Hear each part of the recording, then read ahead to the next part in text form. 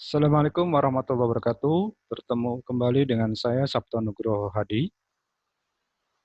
Pada kali ini kita akan memasuki pekan ke-11 kuliah bioteknologi pertanian. Kuliah akan membahas tentang aplikasi bioteknologi pertanian dalam bidang pemulihan tanaman, khususnya yang kita kenal dengan sebutan marker assisted selection atau kita singkat dengan MAS.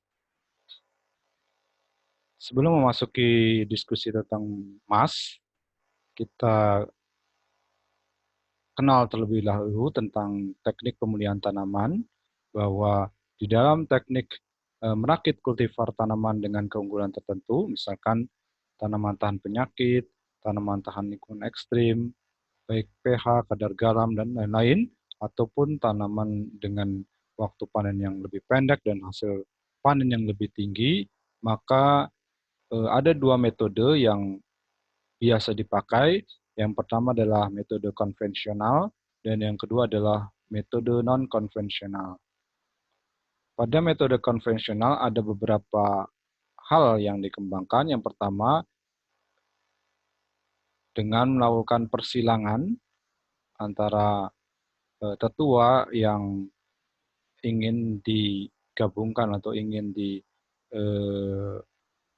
silangkan karakter unggulnya, sehingga harapannya nanti anaknya memiliki karakteristik yang unggul. Bisa juga dengan cara kita memutasi gennya dengan sinar gamma, sehingga kita harapkan nanti tanaman yang dihasilkan dari hasil mutasi memiliki karakteristik yang unggul. Atau kemudian bisa dilakukan dengan teknik yang setelah ini dilakukan, dua persidangan maupun mutasi, bisa dilakukan teknik seleksi yang bersifat konvensional, yaitu seleksi berdasarkan penampakan atau fenotipe.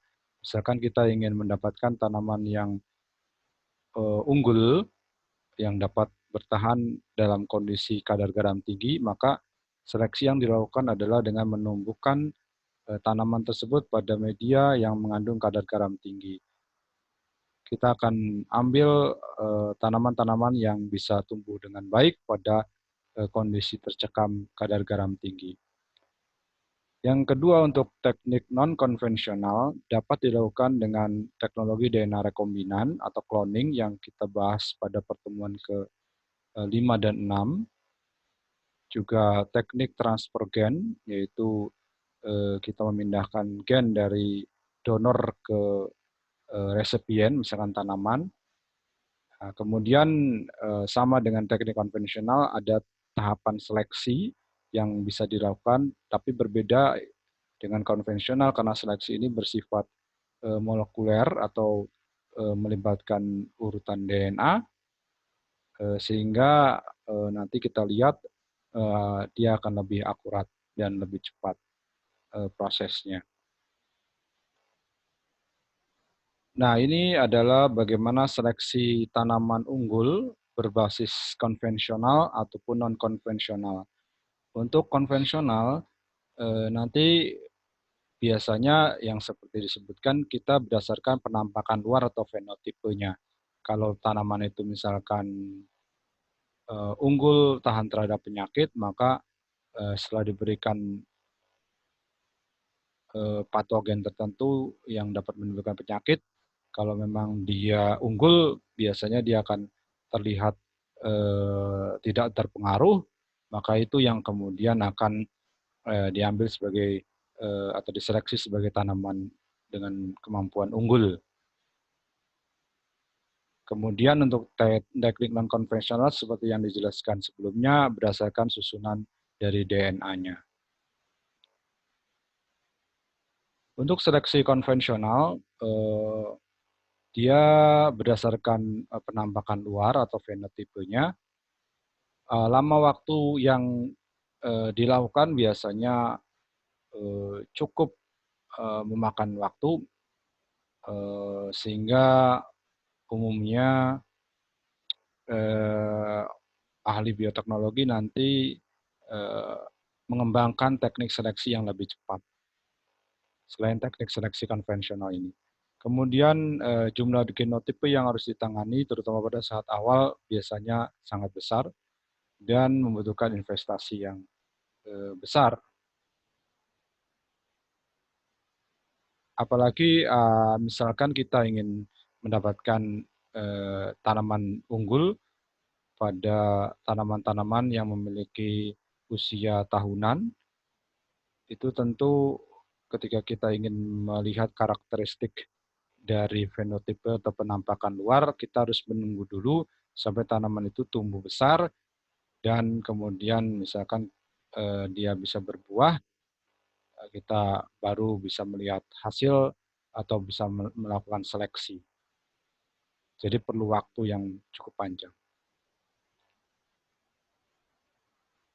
Ada beberapa kelemahan, yaitu misalkan terkadang ada kondisi yang disebut dengan escape, itu cekaman yang diharapkan tidak terjadi. Jadi pada kondisi tertentu biasanya ada cekaman abiotik yang sering dihadapkan pada kondisi yang tidak diinginkan. Jika kemudian seleksi ini berbasis karakter fisiologis dan biokimia, misalkan kandungan protein, kandungan zat besi, dan seterusnya, maka dia membutuhkan analisis laboratorium yang harus dilakukan secara teliti dan tidak bisa dilakukan dengan instan. Berbeda dengan teknik konvensional, seleksi berbasis non-konvensional biasanya lebih cepat. Kenapa lebih cepat? Karena kita tidak perlu menunggu tanaman itu tumbuh besar untuk bisa melakukan seleksi. Kita hanya menunggu misalkan tanaman itu sampai bibit usia muda.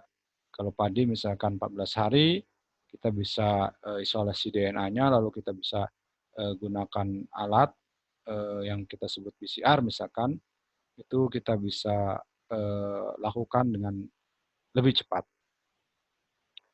Teknik seleksi dengan non-konvensional sering disebut dengan MAS, yang sudah disebutkan di awal. Apa sebenarnya MAS? Itu didasarkan pada linkage atau keterpautan antara suatu karakter yang sedang menjadi target suatu seleksi dengan suatu penanda sifat atau marka tertentu, baik dia berupa marka atau penanda morfologis, fisiologis, biokimia, ataupun molekuler.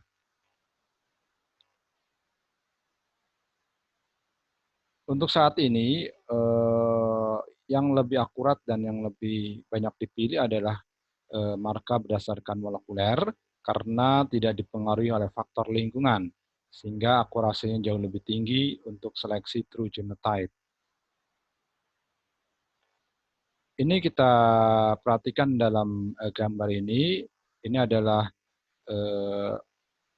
pemuliaan tanaman secara konvensional, kemudian diikuti dengan seleksi secara konvensional. Bagaimana tetua 1 dengan tetua 2 itu disilangkan menghasilkan anakan sampai F2. Nah, F2-nya ini kemudian kita lakukan seleksi berdasarkan fenotipe. Misalkan kita screening pada media yang mengandung kadar garam yang tinggi, maka F2 yang dapat tumbuh baik itu yang akan dipilih karena dia misalkan memiliki karakter unggul, yaitu tahan salinitas atau kadar garam tinggi. Atau juga misalkan ini gambar bagaimana kita menyeleksi anakan dari suatu hasil persilangan yang diharapkan dia mampu tumbuh baik dalam kondisi lahan yang minim atau kekurangan fosfor. Seleksi ini bisa dilakukan di greenhouse ataupun di lapang. Ini adalah berbasis konvensional atau phenotype. Berbeda dengan seleksi yang kita saksikan di sini, ini berbasis molekuler atau yang kita kenal dengan MAS. Misalkan kita perhatikan di sini tetua 1 dengan tetua 2 kemudian kita silangkan. Tetua 1 itu kita lihat susunan DNA-nya misalkan ada 2 pita dengan saling berdekatan pitanya, kemudian P2 itu susunan DNA ada 2 pita juga tetapi saling berjauhan. Maaf, maksud saya ini satu pita tapi satu pitanya agak jauh, sedangkan ini satu pitanya mendekati sumber. Ini sumbernya, tempat sampelnya ditambahkan. Nah, untuk P2 ini dia punya kemampuan resisten atau tahan, misalkan tahan suatu penyakit tertentu yang membuatnya memiliki karakter unggul, sedangkan ini P1 ini rentan.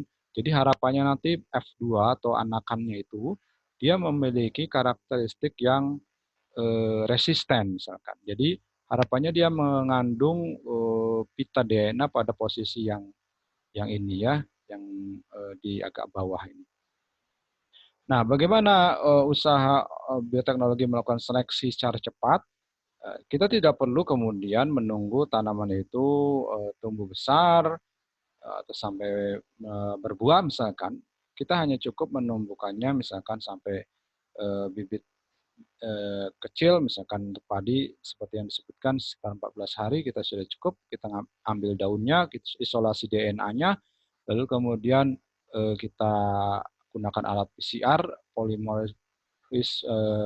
polymer chain reaction atau PCR, kemudian nanti di situ kita pakai primer tertentu, nah nanti kemudian didapatkanlah hasil dari PCR, misalkan setelah dianalisis di electrophoresis gel agarose, maka kita perhatikan di sini untuk yang pertama, misalkan sampel pertama, oh ternyata dia ada 2 pita, ini juga ada 2 pita, ini ada 1 pita, ada 2 pita, dan seterusnya. Kita perhatikan, yang kita inginkan apa? Yang kita inginkan adalah fenotipe, yang kita inginkan adalah anakannya F2-nya ini memiliki pita pada posisi yang bawah ini. Jadi yang pada posisi ini kita inginkan. Tetapi kita tidak inginkan adanya di sini, ada juga posisi yang di sini seperti tetua P1.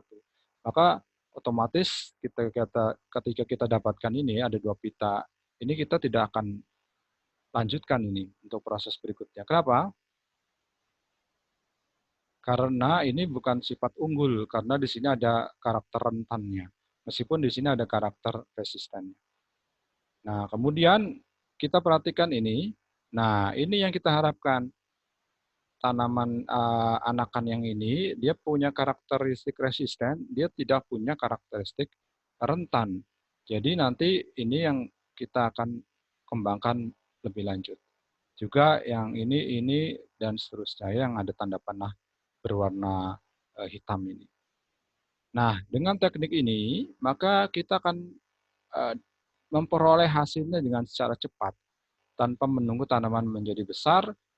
Kita berbasis DNA, sekuen DNA, panjang pita DNA yang kita jadikan target. Kalau itu muncul, berarti tanaman itu adalah tanaman yang memiliki karakteristik unggul.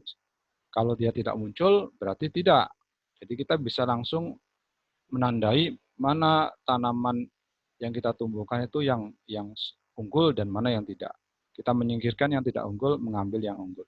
Dengan teknik MAS ini prosesnya bisa sangat cepat. Bagaimana tahapan umum dari teknik marker assisted selection atau MAS ini?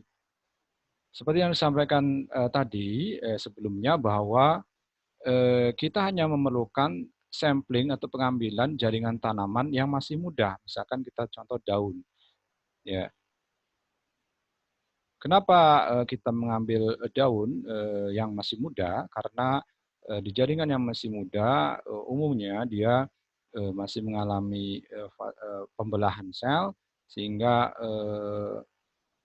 DNA-nya diharapkan masih dalam kondisi yang cukup banyak, sehingga ketika kita ambil DNA-nya, kita isolasi dalam proses berikutnya, kita harapkan DNA-nya dalam jumlah yang cukup banyak diperoleh. Lalu kemudian DNA ini yang kita peroleh, kita perbanyak daerah tertentunya menggunakan PCR, polymerase chain reaction, biasanya PCR ini menggunakan primer atau marka molekuler tertentu yang menargetkan daerah tertentu di DNA, sehingga daerah itu yang akan diperbanyak. Nah, daerah itu yang akan menjadi tanda atau pengenal bahwa ini tanaman unggul atau ini bukan unggul. Kemudian setelah PCR produknya kita elektroforesis untuk mengetahui susunan pitanya, lalu kemudian kita bisa analisis marka molekulernya setelah kita peroleh data elektroforesis gelnya. Ini adalah tahapan sampling daun nih. Daun kita ambil, biasanya kita gerus dengan mortar dan pastel, kemudian bisa ditambahkan dengan nitrogen cair, kemudian ditambah bahan-bahan lainnya seperti site buffer dan seterusnya, sampai kemudian intinya kita hanya akan mendapatkan DNA dari tanaman itu, DNA genom dari tanaman itu. Lalu kemudian ini adalah teknik PCR, jadi DNA genomnya nanti kita sebut dengan DNA template atau DNA cetakan. Nah, untuk kemudian ditambahkan primer, ini primer yang saya sebutkan itu untuk mengawali proses perbanyakan sekuen DNA berdasarkan pasangan AGCT-nya, lalu ada nanti buffernya, ada MgCl2 atau ion-ion yang diperlukan untuk kofaktor dari enzim DNA polimerase, kemudian juga ada DNTP atau dinukleotida trifosfat, ini adalah bahan atau monomer yang kita akan gunakan untuk enzim mengkatalisis sehingga diperoleh rantai baru DNA. Kemudian ini adalah enzim Taq DNA polimerase yang akan mengkatalisis sintesis dari sekuen DNA yang baru berdasarkan DNA cetakan. Lalu kemudian ini dianalisis dengan alat thermocycle, biasanya cukup 3 jam, lalu kemudian dianalisis gel agarose sekitar 45 menit. Kita akan peroleh hasilnya berupa pita-pita DNA. Ini adalah elektroforesis gel agarose. Ini adalah menggunakan akrilamid. Oke, mungkin kita masih bertanya-tanya apa itu marka molekul sebenarnya ya. Nah, dia adalah rangkaian nukleotida atau lebih umum dikenal pasangan basa atau DNA yang karena keunikannya urutan basa nitrogennya dan keterpautannya dengan suatu karakter maka dapat dijadikan suatu penanda. Misalkan ini praktisnya atau simpelnya, gaya simpelnya misalkan dalam suatu ruangan ada berbagai misalkan mahasiswa, ada mahasiswa asal Papua, mahasiswa Kalimantan, Jawa, Sumatera dan seterusnya. Kemudian dosen ingin mengenal mana sih sebenarnya mahasiswa yang berasal dari Papua misalkan. Maka yang kemudian bisa dilakukan adalah mengetahui atau mencari karakter khas dari mahasiswa tersebut yang menjadi penanda bahwa dia membedakan dengan mahasiswa dari yang lainnya. Misalkan dari dialek pembicaraannya, nanti kita bisa ketahui bahwa dia berasal dari mahasiswa Papua misalkan. Oke, jadi marka molekuler dia akan bermanfaat untuk seleksi genotip yang bila keunikannya dapat menjadi suatu pembeda atau polimorfisme antar dua genotip yang digunakan sebagai tetua dalam perakitan suatu varietas. Ada beberapa generasi dari marka molekuler. Ada generasi yang awal-awal tahun 80-an itu berdasarkan RFLP, nanti kita lebih dalam RFLP itu apa. Kemudian ada generasi kedua tahun 90-an, berdasarkan RAPD, juga ada mikrosatelit dan seterusnya. Ada juga generasi ketiga tahun 90-an, itu berdasarkan karakter yang lebih spesifik, berbasis misalkan teknik cDNA atau complementary DNA, seperti SNP dan seterusnya. Nah, ini adalah RFLP atau Restriction Fragment Polymorphism. Jadi bagaimana DNA kemudian dipotong dengan enzim restriksi endonuklease sehingga dia akan terpotong pada daerah pengenalan enzim itu, lalu jumlah potongannya nanti akan dibandingkan antara yang punya karakter tertentu dan tidak.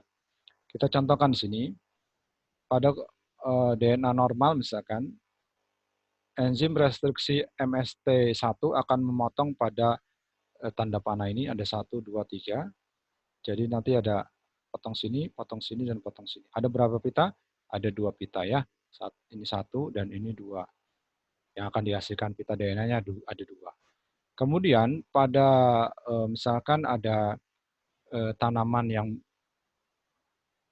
yang dikembangkan berdasarkan hasil mutasi, misalkan diharapkan dia memiliki bibit unggul, kalau di sini disebut disease ya, karena dia mutasi ini menyebabkan adanya kehilangan daerah pengenalan enzim restriksi, misalkan pada daerah yang tengah ini yang tanda petir ini, dia ini tidak ada ini, jadi enzim restriksi tidak bisa memotong di daerah ini. Maka yang terjadi apa? Hanya ada 1 pita DNA yang dihasilkan yang lebih panjang. Nah, ketika hasil pemotongan ini kemudian dianalisis dengan elektroforesis gel misalkan, maka kita akan peroleh ini yang kondisi normal ya, ini yang hasil mutasi. Maka di sini ada pita yang berwarna merah ini, selip pitanya ada dua pita yang diperoleh yang berwarna merah ini. Sedangkan untuk yang ada mutasi 1 pita. Nah, ini lebih atas posisinya dibanding yang ini karena dia akan lebih panjang. Ini lebih panjang, ini 1 pita. Ini ada 1, ada 2 pita. 1 pita, ada 2 pita. Nah, dengan cara ini maka kita bisa membedakan mana sih tanaman yang misalkan hasil mutasi yang kita harapkan memiliki karakter unggul, pasti dia akan kita ketahui, oh posisinya harus ada ini di sini. Sedangkan kalau yang ini yang umum, yang bukan karakteristik unggul misalkan. Dengan teknik ini pun kita bisa mengidentifikasi anakan-anakan ini dia punya latar belakang genotip orang tuanya seperti apa. Kita contohkan ya misalkan. Ini ada tetua 1 dan tetua 2 disilangkan. Ini genotipenya AA, A besar A kecil dan A besar A kecil karena dia warnanya biru putih ya. Lalu kemudian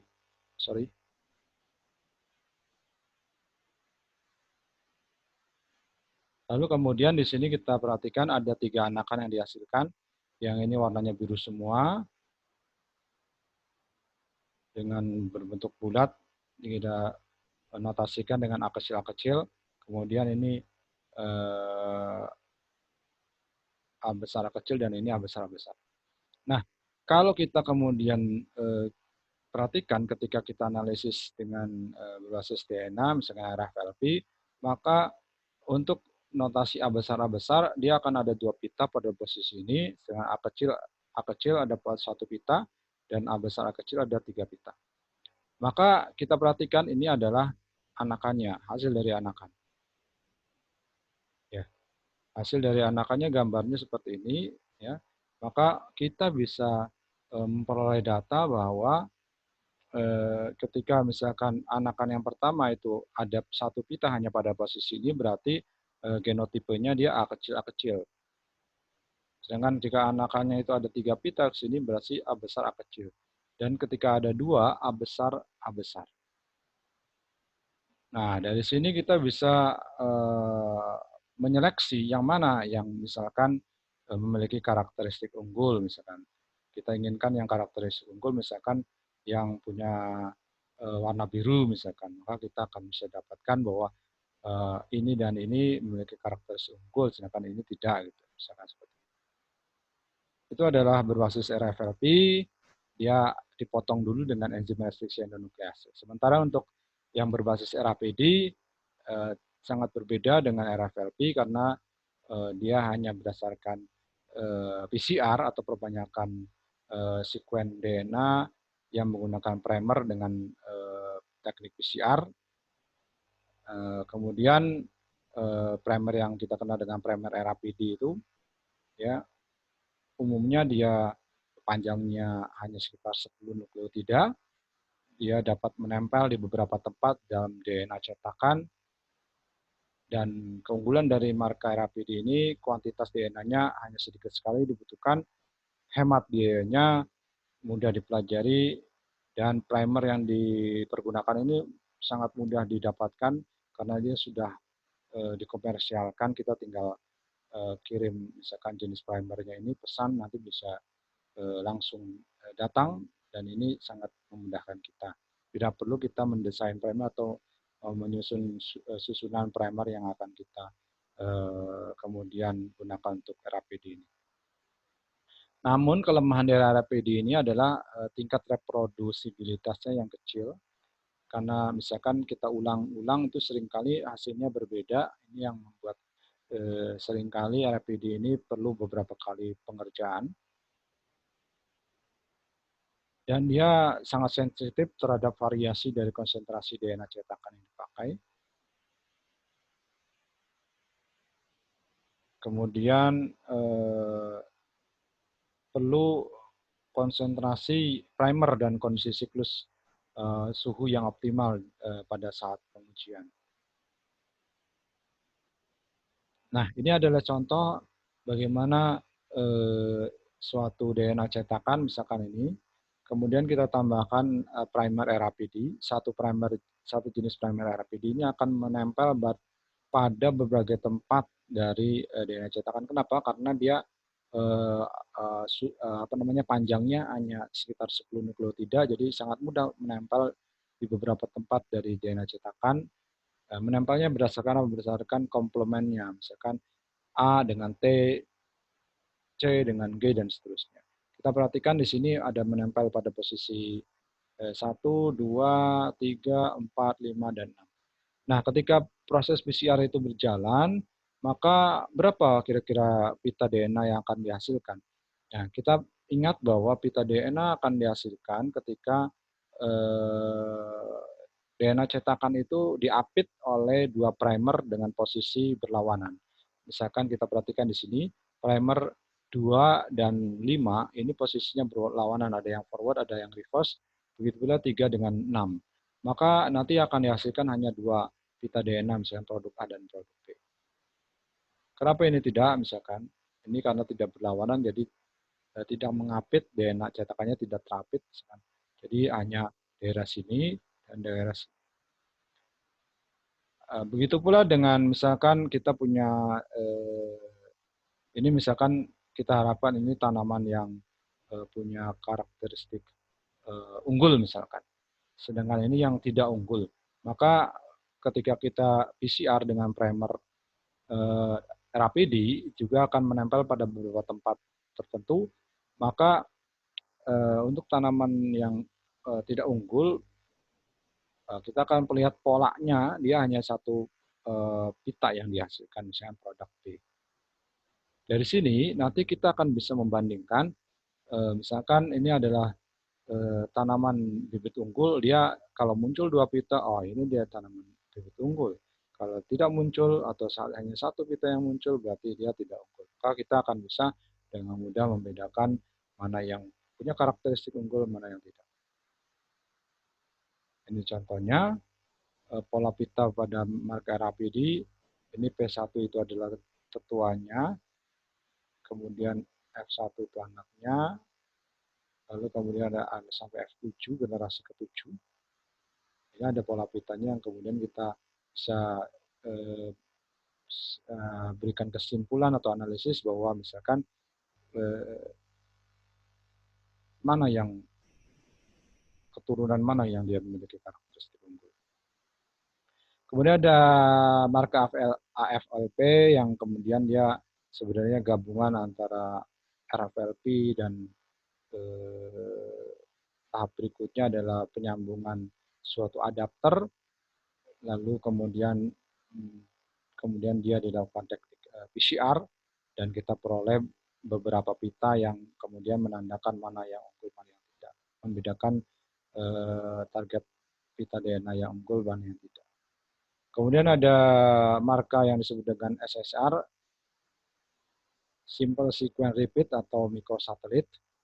Biasanya dia berdasarkan sekuen pendek 2-5 unit nukleotida yang berulang-ulang. Sekarang kita contohkan GGC, GGC, GGC sampai berulang-ulang misalkan. Lalu orang kemudian mendesain primer yang tujuannya adalah mengambil atau memperbanyak daerah tersebut. Biasanya primer yang digunakan adalah satu pasang primer atau forward dan reverse. Kemudian gunakan teknik PCR juga. Lalu nanti diperoleh pita-pita DNA yang dihasilkan, yang bisa membedakan mana tanaman yang unggul, mana yang tidak. Kenapa kemudian kita menggunakan SSR mikrosatelit? Karena daerah ini terdistribusi atau dikandung banyak atau melimpah dan merata di dalam genom. Sifatnya kodominan. Kodominan ini artinya karakteristik yang resesif pun dia akan muncul. Berbeda dengan RAPD harus dominan. Jadi kalau karakteristiknya dia resesif, dia tidak akan terdeteksi untuk RAPD. Kalau SSR dia akan terdeteksi. Kemudian memiliki reprodusibilitas yang sangat baik dan sangat tepat dibanding RAPD tadi yang reprodusibilnya yang kurang bagus. Tetapi kelemahannya adalah tidak semua spesies tanaman itu memiliki SSR tertentu sehingga kita perlu merancang primer baru untuk mendapatkan daerah SSR itu, sehingga butuh waktu yang lama dengan biaya yang mahal. Ini adalah pola pita dari mikrosatelit. Berbeda dengan RAPD, kalau RAPD itu banyak pita-pita, kalau ini hanya 1 atau 2 pita yang dihasilkan pada panjang yang misalkan hanya 100 sampai 250 pasang besar atau base pair. Ada juga marka SNP, biasanya berdasarkan mutasi titik. Ini di satu nukleotida, ya dia juga bersifat kodominan, dan dia berbasis amplifikasi primer dengan PCR juga. Namun biasanya dia punya biaya yang cukup tinggi karena kita harus mendesain primer khusus ya. Kita contohkan misalkan ini adalah daerah yang kita targetkan. Kemudian kita lihat di sini ada daerah yang alel 1 dan alel 2 ini berbeda ya. Maka kemudian kita mendesain primer yang hanya menargetkan misalkan satu perbedaan, misalkan A. Ini misalkan primer ini di ujungnya adalah A, yang di sini ujungnya adalah C. Maka dengan teknik PCR menggunakan primer ASP1 atau ASP2, kita akan bisa ketahui daerah mana yang kemudian bisa diamplifikasi. Kita perhatikan bahwa di sini kalau ini dia tidak bisa teramplifikasi. Kenapa? Karena C tidak berpasangan dengan T. Ini cetakannya, DNA cetakannya primernya nempel di sini, nempel, tapi di ujungnya ini tidak nempel karena dia tidak komplement. Sementara yang ini dia komplement atau nempel karena ininya T. Kemudian untuk alel yang kedua, misalkan kita lihat kalau primernya C di ujungnya dia akan berikatan dengan komplement dengan G pada template-nya atau DNA cetakannya, sedangkan ini tidak. Jadi nanti kita akan mudah membandingkan mana sih karakter yang unggul, mana yang tidak berbasis SNP. Penggunaan marker molekuler ini telah meluas. Biasanya banyak digunakan oleh para pemulia di negara-negara maju, meskipun di Indonesia juga sudah mulai banyak digunakan. Contohnya misalnya resistensi penyakit bulai pada tanaman jagung bisa menggunakan marka RFLP dan SSR, atau misalkan pada tanaman padi bisa menggunakan RFLP, RIPD, dan FLP, atau juga pada tanaman gandum misalkan. Nah, berapa biayanya untuk emas ini? Ya di beberapa negara berbeda-beda, ya berkisar antara 0,5 sampai 2,74 US dollar atau dolar Amerika Serikat. Ini pada tahun 2000-an ya. Itu yang bisa disampaikan terkait dengan aplikasi bioteknologi di bidang pemulihan tanaman, khususnya adalah marker assisted selection atau MAS. Semoga bermanfaat. Assalamualaikum warahmatullahi wabarakatuh.